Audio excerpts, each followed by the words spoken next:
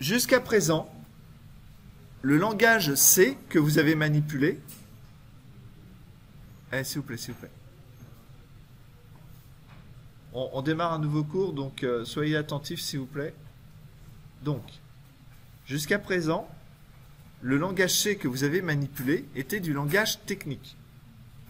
C'est-à-dire qu'on vous a montré comment déclarer des variables, définir des fonctions, définir des nouvelles structures de données avec des mécanismes associés qui peuvent être complexes, hein, par exemple une liste chaînée. Donc ça, c'est pas simple du tout. Mais tout ça, c'est que du technique. C'est-à-dire, on vous dit, tu vas prendre, tu vas écrire ce programme, tu fais ci, tu fais ça, ça va, la fonction fait ci, fait ça, patati, super. Mais à aucun moment, on ne s'est interrogé sur la manière d'accéder à l'information. C'est-à-dire que jusqu'à présent, on vous a donné des tableaux, on vous a donné des listes chaînées ou des variables. Bon, bah, vous n'êtes pas posé la question de savoir si vous aviez le droit ou non d'accéder aux informations contenues dans ces structures de données. Parce que vous êtes en train de créer quelque chose, vous êtes c'est vous, les informaticiens, vous êtes en train de développer votre propre programme, donc vous accédez à toutes les données comme bon vous semble. Mais ça, en fait, c'est quelque chose qui doit changer. C'est-à-dire que, dans certains cas, l'information n'a pas à être connue. Elle est enregistrée d'une certaine manière dans la mémoire, mais elle ne peut pas être lue à tout moment.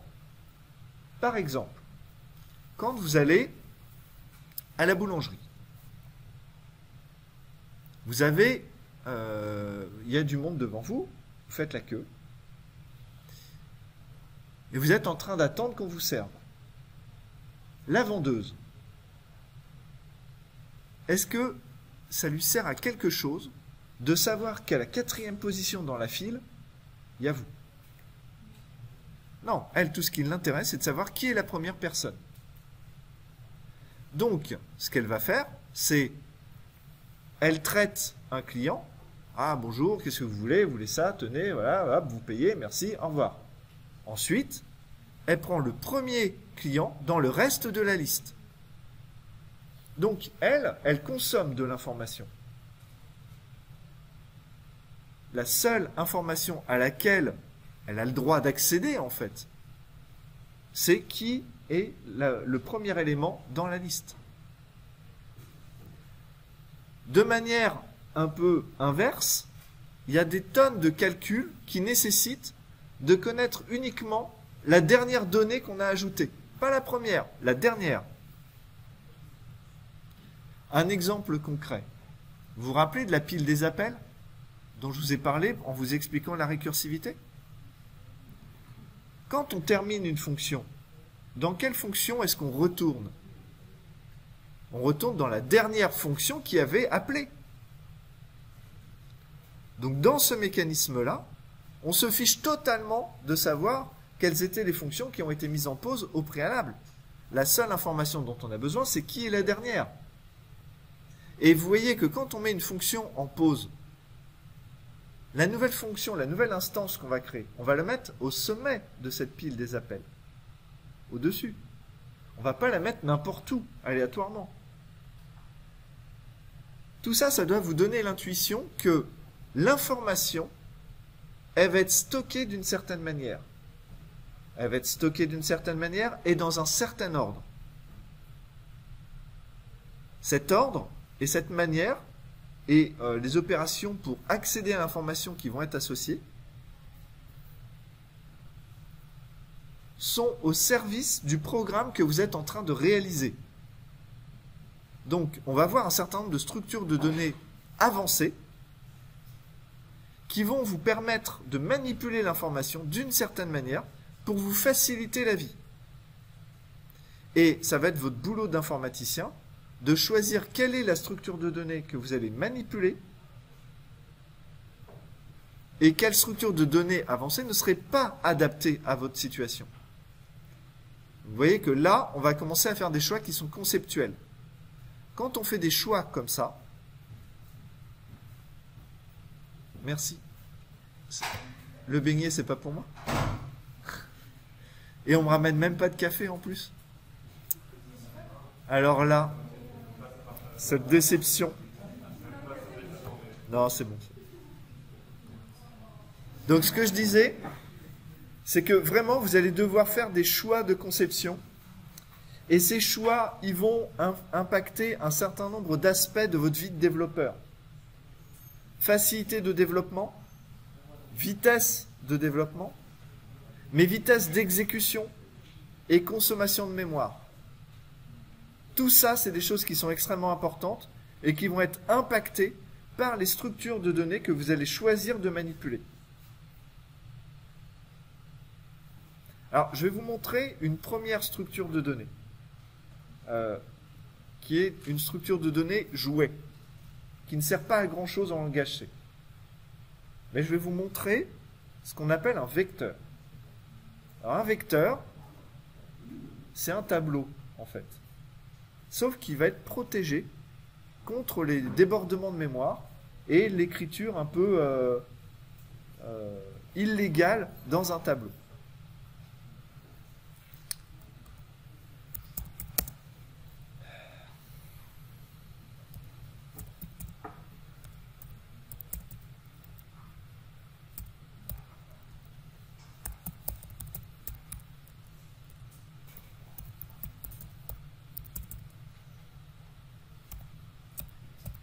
Taille. Là, je déclare taille. Je vais reprendre juste ma fonction d'affichage que j'ai fait dans le point précédent.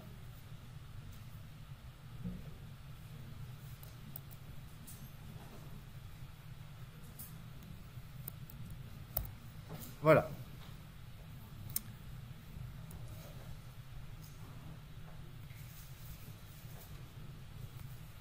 Et puis, on va remplir ce tableau avec des valeurs aléatoires.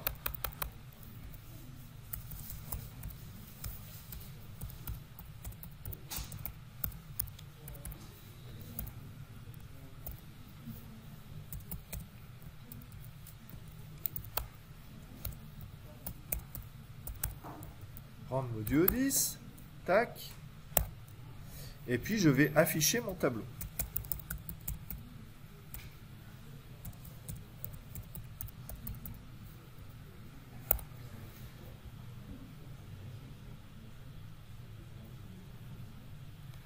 Formidable.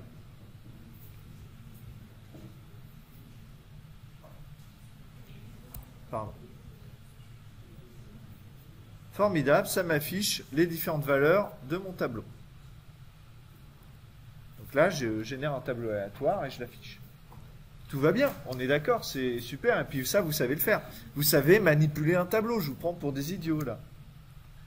Et puis un jour, dans votre programme, on ne sait pas pourquoi, il y a un indice, une variable qui va être mal initialisée, ou vous allez déborder, tout ça. Et puis vous allez dire,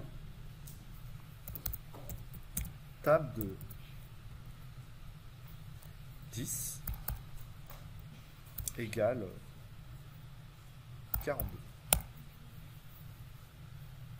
Bon. Alors là, bon, évidemment. Moi, j'ai un truc qui est neuf et qui est... J'ai installé une version où ça protège. Ah, attendez.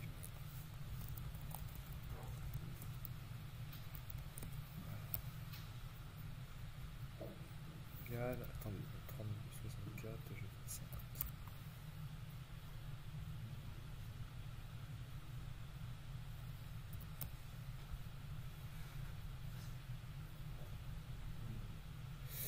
Eh ben évidemment, là ça ne marche plus, j'ai mis une option à la con.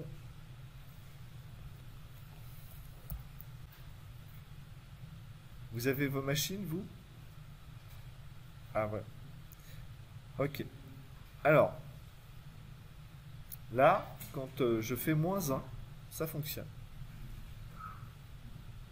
Bon, Je suis désolé pour le mauvais exemple.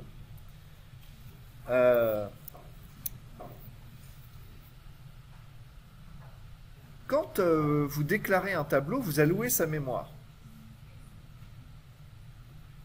En fait, vous avez qu'à faire des tests sur vos machines, vous allez voir. Vous pouvez déborder de votre tableau. S'il n'y a pas les mécanismes, comme là je viens d'avoir, qui vous en empêchent. En fait, vous pouvez manipuler la mémoire un peu comme vous voulez. Vous pouvez déborder de votre tableau. Vous pouvez aller dans la case -1 de votre tableau. Est-ce que ça a un sens? La case -1, vous êtes en train de tout flinguer là. Parce qu'en fait, ce qu'il faut savoir, c'est que quand vous déclarez un tableau, vous réservez la mémoire dynamiquement pour un tableau, vous allez réserver en mémoire l'espace pour votre tableau. Et quand vous voulez libérer la mémoire, vous faites free de tab. On est d'accord?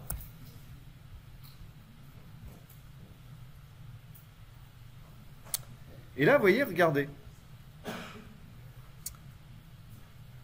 Si je ne mets pas cette instruction-là, je peux afficher ce qu'il y a dans mon tableau. Ah, attendez, je vais mettre juste 10 valeurs.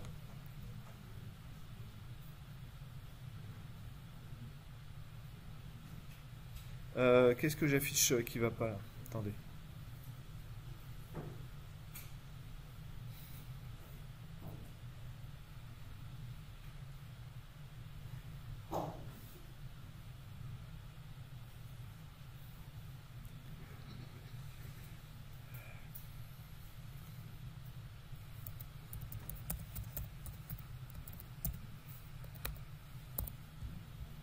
Décidément.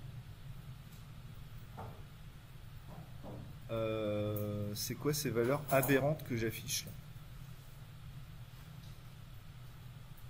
Je lui donne tab et taille. For i égale 0, i inférieur à t moins 1, i plus, tac.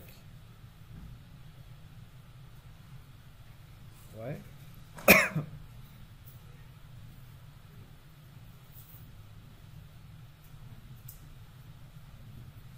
Vous voyez le problème là ou pas?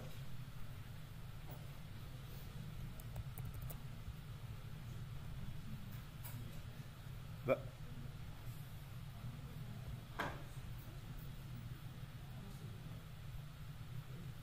Ah mais non, mais attendez, je suis débile. Alors vous voyez, c'est les cordonniers les plus mal chaussés. Qu'est-ce que j'ai fait là comme grosse bêtise? Ouais. Voilà. J'ai libéré la table avant de l'afficher. Du coup, qu'est-ce qui se passait? Bah, la mémoire n'était plus réservée, il y a quelque chose qui écrivait dans la mémoire, et j'affichais n'importe quoi. Pardon. Du coup,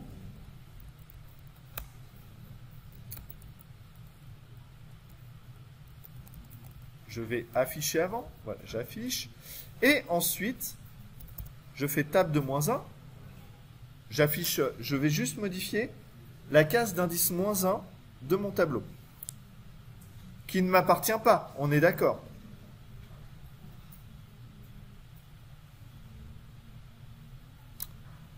Pourtant, ça plante pas. C'est étrange.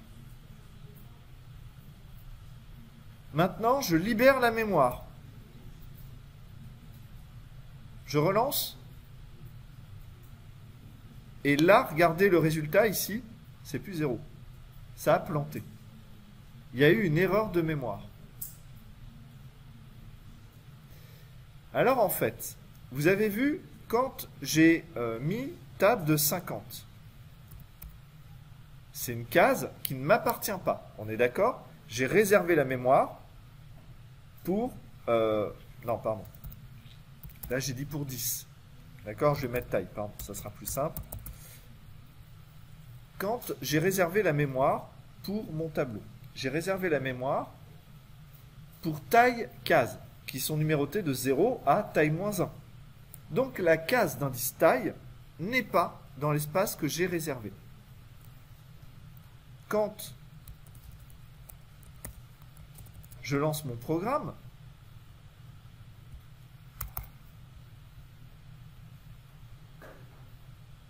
ah, vous voyez, alors cette fois-ci ça marche.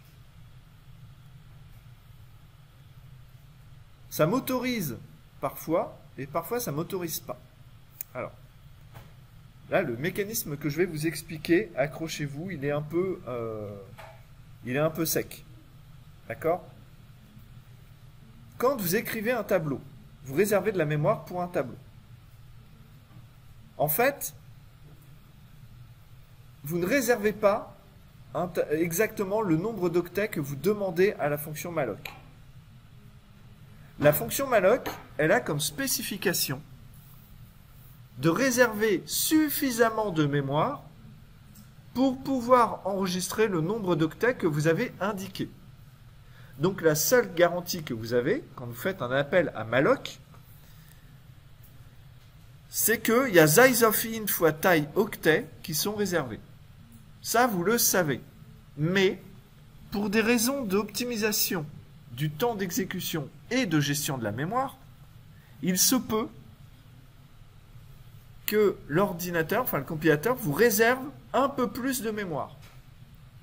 Un truc en base 2, par exemple. D'accord? Cette quantité de mémoire, elle dépend de l'algorithme du gestionnaire de mémoire qui est derrière. Et vous avez vu tout à l'heure, je lançais table de taille égale 42, ça ne marchait pas.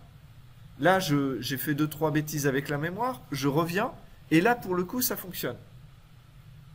Ça, c'est parce que j'ai des gros calculs qui sont derrière et qui consomment de manière très variable beaucoup de mémoire. Donc ma mémoire, elle est en train de bouger. Et donc parfois, ça va arranger le gestionnaire de mémoire de me réserver pile ce que j'ai demandé, et parfois, pour aller plus vite, il réserve un peu plus.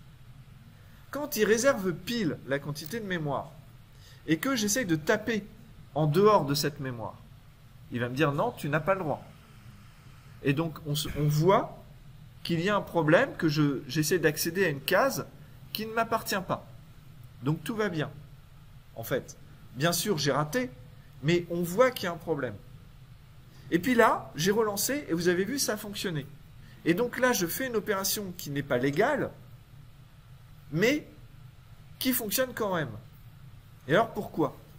Parce que lorsque la fonction malloc, elle va réserver de la mémoire, si elle en réserve plus que ce que vous avez demandé, et que vous allez écrire dans la case juste après votre tableau, ben elle a peut-être été réservée, et donc elle vous appartient peut-être, et donc l'opération qui moralement, algorithmiquement est incorrecte, du point de vue de la gestion de la mémoire, elle peut parfois être correcte et parfois incorrecte. Donc vous voyez que vous allez avoir un comportement de votre programme qui va être aléatoire. C'est pour ça qu'on vous dit, faites gaffe aux indices quand vous allouez et tout ça. Il faut faire gaffe à ne pas écrire au-delà de la dernière case que vous avez allouée. Ça, c'est la première chose. Maintenant, le deuxième problème que je voulais vous montrer. Je mets en commentaire ce truc-là.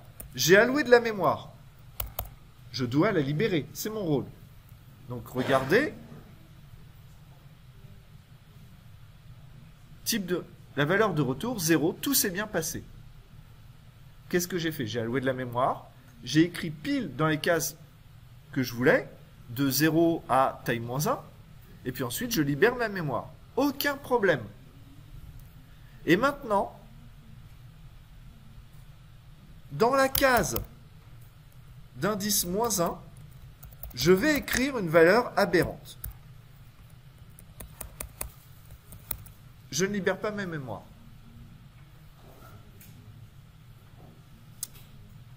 Zéro. Tout va bien, j'ai le droit de le faire. Bon. C'est comme si la case qui était avant le tableau, elle était réservée. Vous comprenez?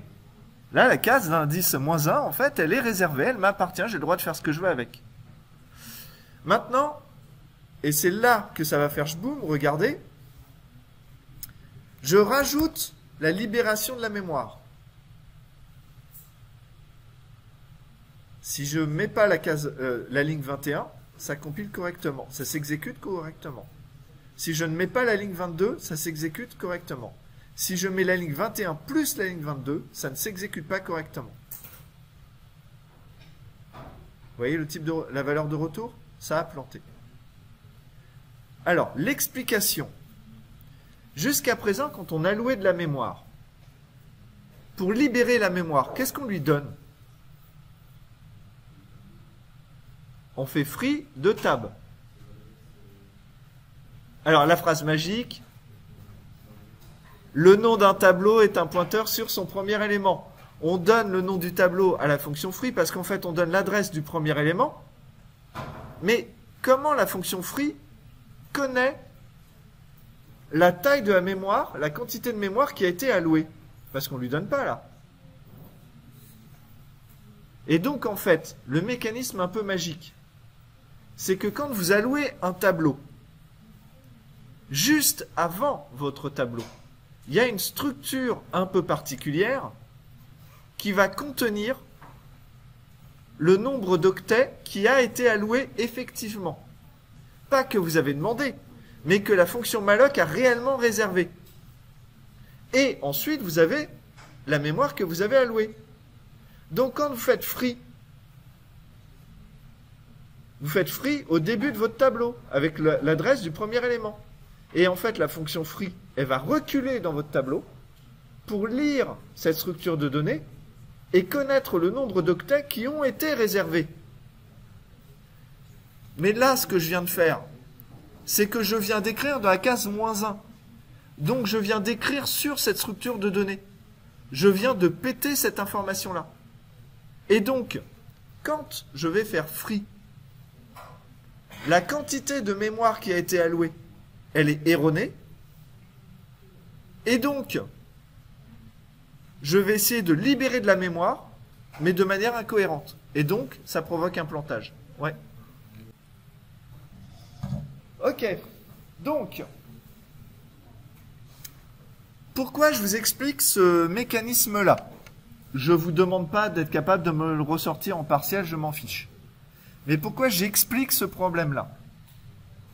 Tout simplement pour illustrer le fait que le langage C, il vous laisse une grande liberté dans les opérations que vous pouvez réaliser. Parce que peut-être que cette opération-là, tu vois, de retourner en arrière dans la case -1, peut-être que c'est parfaitement volontaire et que tu es en train de faire un programme un peu extraordinaire, tu vois. Donc, on vous laisse le faire. Mais dans la majorité des cas, cette opération-là, c'est juste une aberration. Donc, ce qu'on va faire, c'est qu'on va empêcher l'utilisateur, le développeur, de réaliser cette opération. Et voilà comment on va faire. On va définir des opérations qu'on a le droit de réaliser ou pas sur une donnée. Alors, ce qu'on va faire, le premier truc, on va définir une nouvelle structure de données. Struct, vecteur.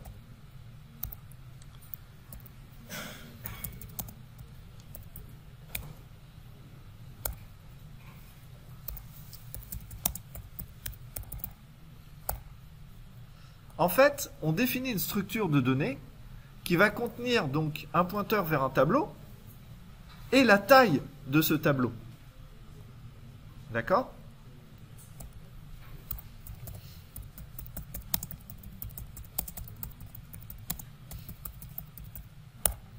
Et je redéfinis ce type-là en vecteur.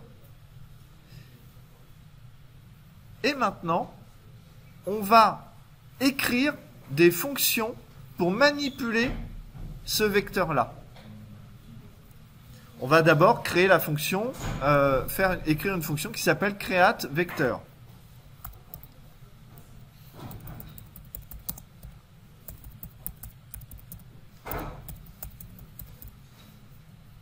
et on lui donne la taille.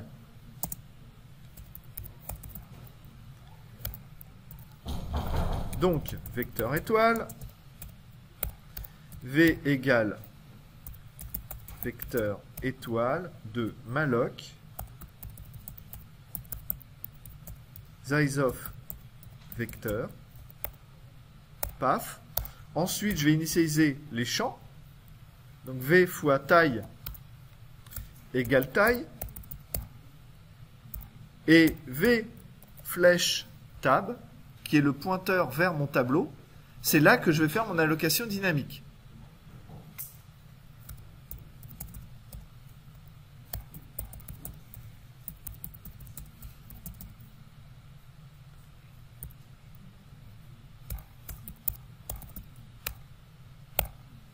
OK?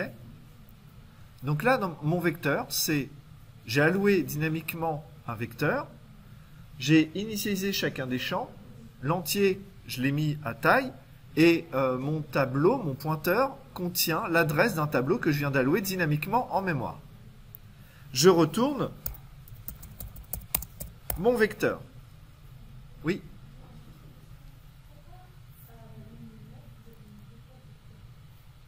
Non, j'ai pas mis 2 fois vecteur, j'ai mis struct vecteur et vecteur. Alors attends. Ça sera plus clair peut-être. Voilà. À la ligne 9, type def, c'est une instruction qui permet de renommer le nom d'un type de données en un autre nom. C'est un alias, c'est un surnom. D'accord? Voilà. Il n'y a plus chouchou. L'an dernier, j'ai fait un exemple avec un étudiant que j'ai désigné et, par exemple, qui je vais prendre? Toi, ton prénom, c'est quoi, s'il te plaît? Avec le masque blanc. Ouais, t'es en train de... Oui, toi. Oui, toi. Non, ouais, toi. Ouais. Alexandre. Par exemple, votre camarade s'appelle Alexandre. Et moi, j'ai décidé, comme je trouve qu'il est très attentif depuis tout à l'heure, je vais l'appeler Chouchou. Voilà, les profs font des différences énormes entre les étudiants, vous savez. Il y en a qu'on n'apprécie pas, il y en a qu'on aime bien. Bon. Et donc maintenant, je vais parler de Chouchou. Quand je vais parler de Chouchou, vous savez très bien de qui je vais parler. Je vais parler d'Alexandre. Mais quand je parle d'Alexandre ou de Chouchou, enfin, si je dis Chouchou, il s'appelle toujours Alexandre. Type def, c'est ça. Type def, tu prends le nom d'un type que tu n'aimes pas trop et tu le remplaces par un autre nom que tu aimes un peu mieux. Mais il s'appelle toujours des deux manières. D'accord? C'est vraiment un surnom. Donc Alexandre s'appelle toujours Alexandre, mais si j'appelle Chouchou, tout le monde sait que j'appelle Alexandre. Et comme ça te permet de... quand tu as un type qui s'appelle struct vect, tu vois, c'est pénible d'écrire struct, espace, vect. Donc là, j'ai renommé struct vect en vecteur. Donc maintenant, je peux utiliser le type vecteur, et quand je vais appeler vecteur, c'est comme si j'appelais struct vect. J'appelle Chouchou. Voilà. Donc, là, j'ai fait une fonction qui crée un vecteur. Ah oui, c'est des trucs, ça se garde pendant 1 an, 2 ans, 3 ans, ça après. Alors,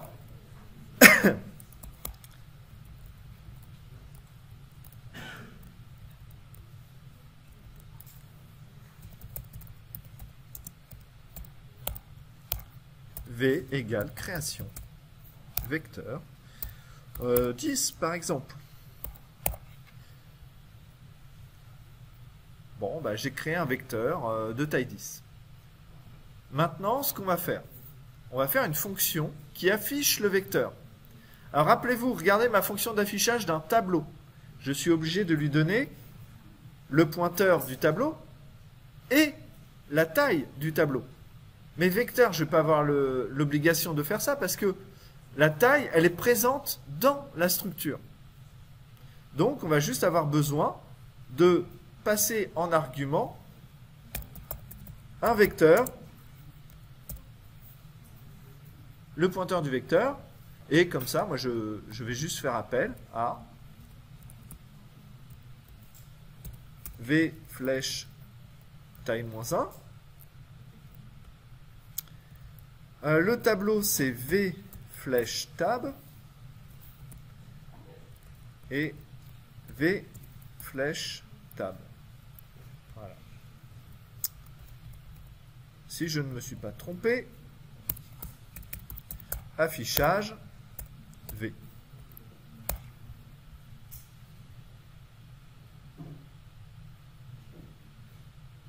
Qu'est-ce qui... Ah oui, c'est taille, c'est v flèche taille, pardon. Voilà. Ok. Alors là, j'ai pas initialisé mes valeurs. J'ai pas mis de valeur dedans. Mais vous voyez déjà que je ne peux plus me tromper. C'est-à-dire que quand je fais l'affichage, vu que la taille, elle est présente dans le vecteur, je ne peux pas me tromper. Et c'est la fonction directement qui va réutiliser cette information-là. D'accord ?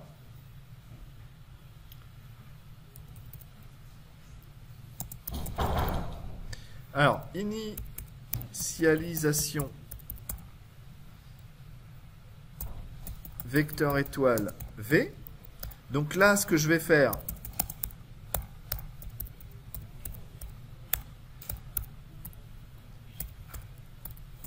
je vais parcourir chacune des cases du tableau du vecteur.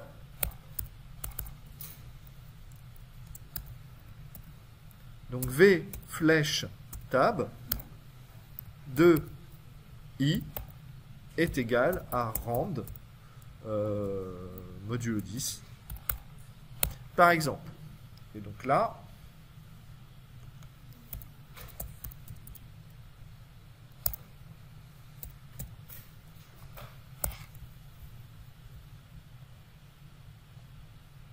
ok. Alors, là, encore une fois, j'ai utilisé la donnée qui est taille, qui est présente dans le vecteur, pour savoir d'où je partais et jusqu'où j'allais. D'accord? Je pars de 0 et je vais jusqu'à la case d'indice taille -1, parce que je sais qu'il y a taille case dans mon vecteur. Pour le moment, c'est un peu débile.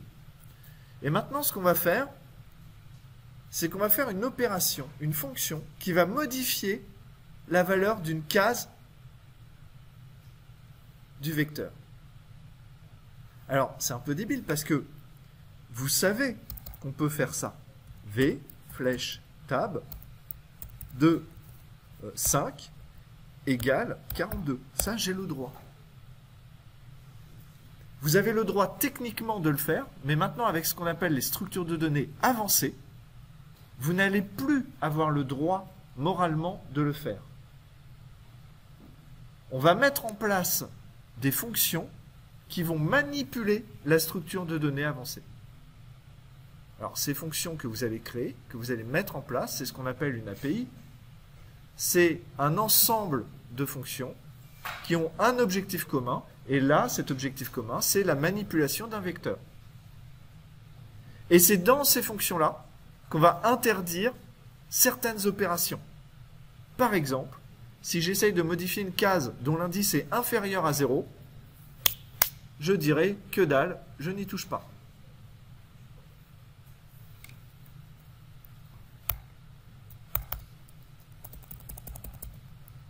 Alors, la fonction, on va l'appeler modifier. D'accord? J'ai besoin du vecteur. Je vais prendre l'indice que je souhaite modifier et la valeur que je souhaite placer à cet endroit-là. Donc ma fonction, ce qu'elle doit faire, c'est v flèche tab de indice égale valeur. Bon, bah là, ça revient exactement à ce que je vous disais avant. On peut toujours donner comme indice -1. On va illustrer.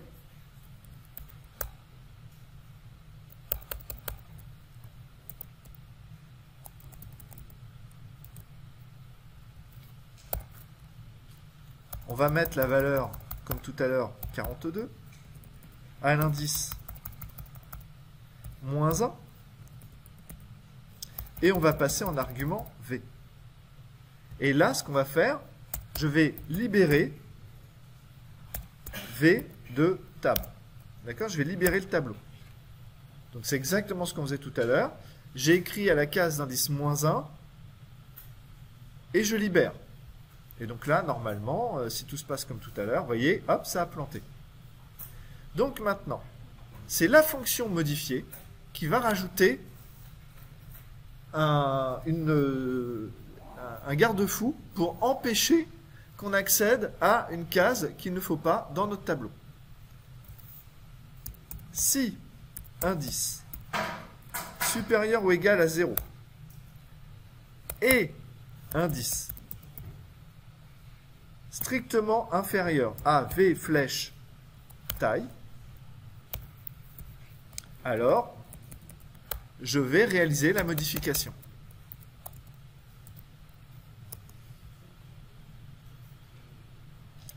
Donc là, la modification... attendez, je me suis...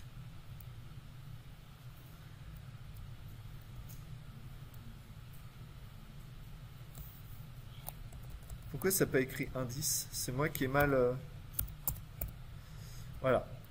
Donc si l'indice est supérieur ou égal à 0 et que l'indice est strictement inférieur à la taille, alors ça veut dire que c'est un indice qui est valable pour une modification. Et vous voyez que si je mets moins 1 normalement, je ne rentre pas dans le test, donc je ne vais pas réaliser la modification.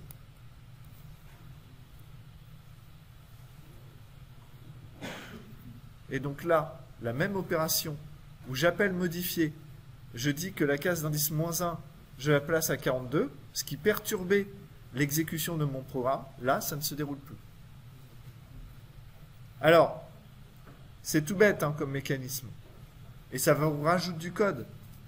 Mais ce que vous devez comprendre, c'est qu'après, quand vous allez manipuler une structure de données avancée avec l'ensemble des fonctions qui sont mises à votre disposition pour manipuler cette information, eh bien, ça va vous simplifier la vie. Vous aurez moins d'erreurs. Il y aura la gestion des cas d'erreur sera faite automatiquement. On va vous empêcher de faire certaines opérations qui, en fait, mèneraient, sont le résultat, en fait, d'une mauvaise utilisation de la structure de données. Et puis surtout, quand vous voyez ce code-là, juste le code de la fonction main, j'ai écrit les fonctions, modifier, initialisation, affichage, création. Je les ai écrites. Mais vous voyez qu'on est dans un monde de plus en plus collaboratif. Donc, vous allez régulièrement utiliser des bibliothèques qui ont été écrites par d'autres développeurs. Vous n'allez pas aller regarder comment chacune des fonctions est codée. Vous n'avez pas le temps matériel de le faire. Vous allez devoir juste réutiliser les fonctions. Donc, ce que vous allez faire, vous allez prendre juste la liste des fonctions qui sont mises à votre disposition. C'est ce qu'on appelle l'interface. Et vous allez utiliser cette interface, c'est-à-dire la liste des fonctions qui sont mises à votre disposition pour manipuler la structure de données. Mais vous n'allez pas aller regarder comment sont codées, implémentées ces différentes fonctions d'interface. Et alors là, on arrive à un truc qui est quand même sublime. C'est que si vous n'utilisez que ces fonctions-là, regardez, est-ce qu'on a besoin de savoir comment est stockée réellement l'information? Dans mon vecteur, qu'est-ce que c'est? Est-ce que c'est un tableau? Est-ce que c'est 1 million de variables qui ont été déclarées à la main? Est-ce que c'est une liste chaînée? On s'en fout. On s'en fout complètement. Vous n'avez pas à avoir accès à cette information-là. Tout ce que vous savez, c'est que vous pouvez créer un vecteur avec une certaine taille. Vous pouvez l'initialiser. Vous pouvez modifier des valeurs. Vous pouvez l'afficher. mais vous n'avez pas à savoir, à connaître les détails de l'implémentation de la structure de données. Ce qui fait que, si jamais les gens qui ont réalisé cette bibliothèque de manipulation de vecteurs font une mise à jour et décident de modifier la structure de données en disant on passe d'un tableau à une liste chaînée, ça n'aura aucun impact sur votre programme à vous. Votre programme se comportera toujours de la même manière. Et ça, c'est extrêmement précieux. Donc, vous allez avoir des structures de données avancées qui vont vous empêcher de manipuler l'information comme bon vous semble. Vous allez devoir utiliser ces structures de données avancées de la manière dont les gens qui les ont créées les ont pensées. Donc c'est à vous de vous plier à ce fonctionnement-là. Pour manipuler ces fonctions, on met à votre disposition une interface, c'est-à-dire une liste de fonctions qui permettent de les manipuler. Et ensuite, c'est tout. Vous n'avez moralement pas le droit d'accéder à l'information d'une autre manière que par ces fonctions d'interface qui sont mises à votre disposition. Donc là, c'est un exemple trivial. D'accord ? On est parti d'un tableau et puis on a créé un vecteur. Mais vous allez voir que par la suite, on va développer d'autres structures de données avancées. Donc les piles, les fils, les arbres binaires de recherche, peut-être d'autres structures si on a le temps, où vous serez obligé de créer les fonctions de l'interface, parce que c'est toujours pédagogique ça. Mais après, dans l'utilisation, peu importe la manière dont c'est implémenté derrière, ce qui compte pour vous, c'est d'avoir votre interface qui est à votre disposition et vous n'aurez plus qu'à utiliser ces fonctions pour coder et obtenir le résultat que vous voulez.